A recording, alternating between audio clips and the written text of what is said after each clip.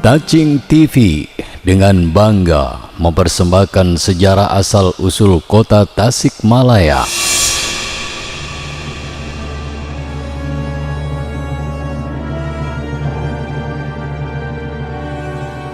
Tasikmalaya berasal dari kata tasik yang berarti danau.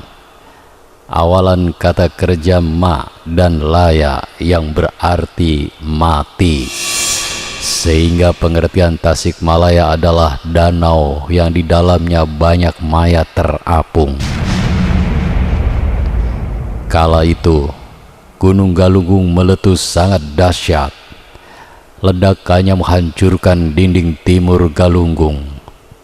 Lontarannya sampai ke Manonjaya dan menutup alur sungai Citandoy Purba. Maka kemudian sungai itu menjadi danau. Untuk mengikuti kisah selengkapnya, silakan tonton videonya sampai selesai. Jangan lupa dukung kami dengan cara klik tombol subscribe dan tombol lonceng agar Anda mendapatkan notifikasi video terbaru dari kami. Selamat mengikuti.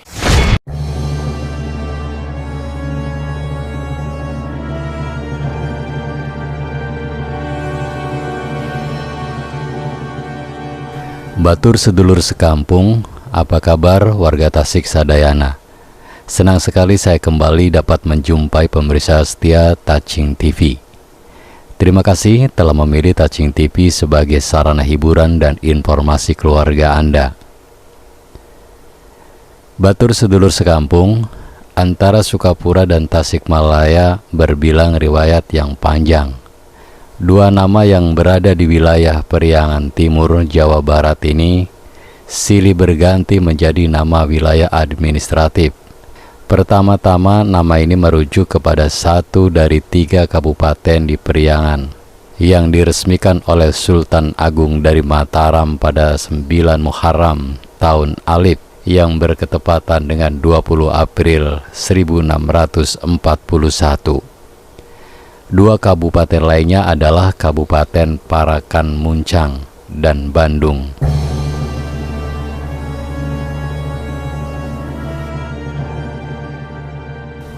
Peresmian tersebut merupakan balas jasa Sultan Agung kepada umbul-umbul di Periangan Timur yang membantu menumpas pemberontakan di Pati Ukur kepada Mataram pada tahun 1632. Umbul Sukakerta Ki Wirawangsa bersama dengan Umbul Cihaurbeti Ki Astamanggala dan Umbul Sindang Kasih Ki Somahita Manahan dan membawa kepala daerah Tatar Ukur itu ke Mataram untuk dihukum mati. Sebagai imbalannya dalam piagam bertanggal 9 Muharram itu, Sultan Agung mengangkat Ki Wirawangsa sebagai Bupati Sukapura bergelar Tumenggung Wiradadaha. Ki Astamanggala menjadi Bupati Bandung bergelar Tumenggung Wiraangun-angun dan Ki Somahita sebagai Bupati Parakan Muncang bergelar Tumenggung Tanubaya. Nama Sukapura menurut Babat Sukapura berasal dari kata suka yang berarti asal atau tiang, dan pura berarti keraton atau istana. Dengan demikian Sukapura bisa mengandung arti jajarna keraton atau asal mula istana. Karena di tempat itulah Kabupaten Sukapura berdiri, Meskipun nama Sukapura bisa juga sebenarnya diambil dari nama desa yang menjadi bawahan distrik Sukaraja. Karena kemudian terbukti Ki Wirawangsa memindahkan ibu kota kabupaten dari Dayeuh Tengah ke Luiloa, yang termasuk desa Sukapura under distrik Sukaraja. Dilihat dari perkembangannya sejak awal pendirian Kabupaten Sukapura hingga tahun 1901, kota yang kini dikenal sebagai Tasikmalaya tidak termasuk ke dalam wilayah Sukapura. Mulanya ia masuk wilayah Kabupaten Parakan Muncang dan Kabupaten Sumedang. Mula-mula kota Tasikmalaya dikenal sebagai bagian dari Umbul Galunggung atau Indihiyang, yang termasuk Kabupaten Parakan Muncang. Kemudian sejak tahun 1820 muncul nama distrik Tasikmalaya of Cicariang, Tasikmalaya atau Cicariang, dan inilah kali pertama nama Tasikmalaya mengemuka dalam sejarah berbagai nama sebuah wilayah. Pada tahun 1839, distrik Tasikmalaya of Cicariang diringkas menjadi distrik Tasikmalaya, dan pada tahun 1901, distrik tersebut dimasukkan sebagai bagian dari wilayah Kabupaten Sukapura. Perubahan yang sangat berarti terjadi pada tahun 1913. Karena sejak itu secara resmi Kabupaten Sukapura berubah nama menjadi Kabupaten Tasikmalaya. Perubahan ini mengikuti nama ibu kota kabupaten sesuai dengan kebijakan kolonial Hindia Belanda. Dari sisi toponiminya, nama Tasikmalaya menimbulkan berbagai penafsiran. Ada dua pendapat yang menyatakan asal-usul nama Tasikmalaya. Pertama, nama itu terbentuk dari kata tasik dan laya. Tasik berarti kesik atau pasir, dan laya berarti ngalayah atau menghampar. Jadi Tasikmalaya diartikan sebagai kesik ngalayah atau pasir yang menghampar akibat letusan Gunung Galunggung pada 8 dan 12 Oktober 1822. Kedua nama itu terbentuk dari kata tasik dan malaya. Tasik berarti telaga, danau, atau air yang menggenang, dan malaya berarti jajaran gunung-gunung. Dengan demikian, Tasikmalaya dapat diartikan sebagai jajaran gunung-gunung yang berjejer dalam jumlah yang banyak. Seperti yang terekam dalam ungkapan, jajaran gunung-gunung teh lobana lir cai laut, yang berkembang di masyarakat Tasikmalaya.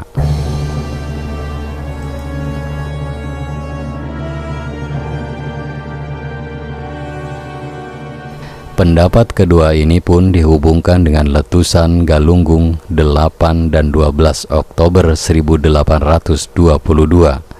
Bedanya, tafsiran kedua menyatakan fenomena terbentuknya sekitar 3.648 bukit kecil atau hilok yang dikenal sebagai 10.000 bukit di sekitar Tasikmalaya akibat letusan tersebut. Namun bila merujuk kepada penamaan wilayah sebagaimana yang dapat dibaca dari buku Miftahul Falah, kedua pendapat tersebut tertolak karena nama Tasikmalaya sebagai nama daerah sudah digunakan sejak tahun 1820, 2 tahun sebelum terjadinya letusan Galunggung pada 8 dan 12 Oktober 1822. Penafsiran lainnya mengenai toponimi Tasikmalaya disampaikan geologiawan senior MM Purbo Hadiwijoyo pada Muhibah Kebumian 23-26 Januari 2013 dari Tasikmalaya hingga Banjarnegara. Di sela-sela perjalanan antara lain di Jembatan Cirahong, Purwokerto, Purbo menerangkan bahwa kata Tasikmalaya berasal dari kata tasik yang berarti danau, awalan kata kerja ma dan laya yang berarti mati, sehingga pengertian Tasikmalaya menurut Purbo adalah danau yang di dalamnya banyak mayat terapung.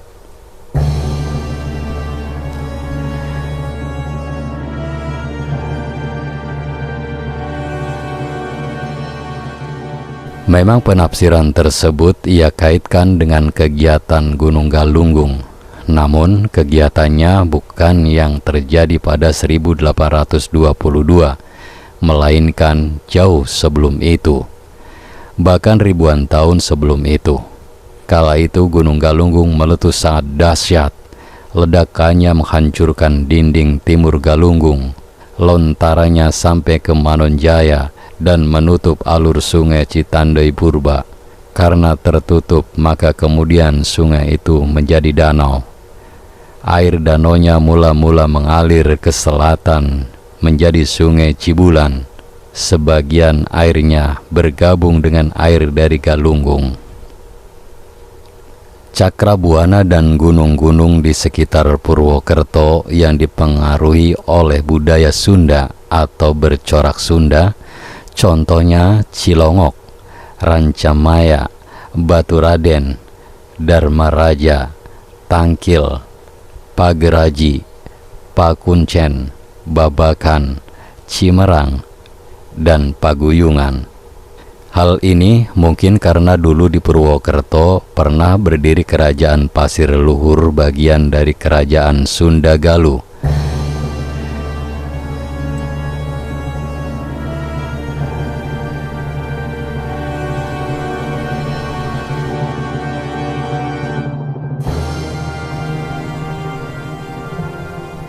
Sungai Serayu atau Kali Serayu, dulu dalam naskah Bunjangga Manik disebut juga Cisarayu, benar-benar merupakan sungai besar. Salah satu mata airnya bernama Tuk Bimalukar, berada di dataran tinggi Dieng. Dari hulunya di daerah Dieng hingga ke muaranya di dekat pantai Cilacap sekitarnya, sehingga membentuk sungai Citandei baru yang alirannya memutar dan menembus ke Cirahong.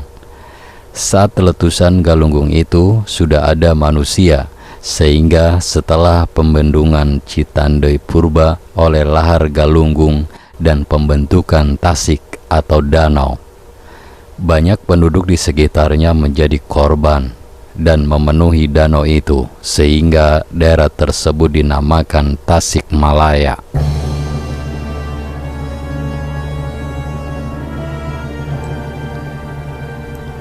Untuk memperkuat pendapatnya, Purbo mengetengahkan Kampung Naga di Salau sebagai daerah yang selamat dari letusan besar Galunggung itu, dan kemudian terbebat atau terisolir dari penduduk lainnya, sehingga tata budaya mereka cenderung berbeda dengan penduduk lainnya.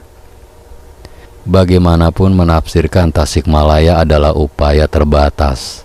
Tafsiran-tafsiran tersebut adalah cara untuk mendekati kebenaran melalui bahasa yang secara turun-temurun digunakan untuk merekam kejadian alam.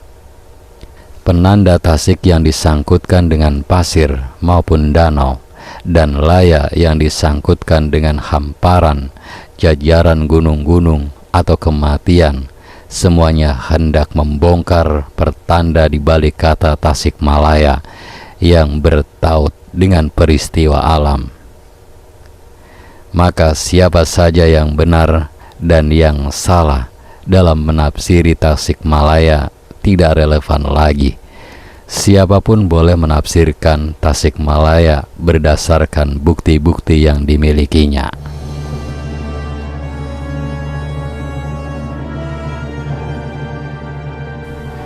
Batur sedulur sekampung, demikian sejarah asal-usul kota Tasikmalaya. Saya yakin Anda memiliki pendapat yang berbeda. Oleh karena itu, silakan tuangkan perbedaan itu di kolom komentar. Terima kasih telah menonton video ini sampai selesai. Jangan lupa klik tombol subscribe, like, komen, dan share sebanyak-banyaknya. Ingat, tetap meduluran aja pada tukaran. Sampai ketemu di video berikutnya ya guys. Bye-bye.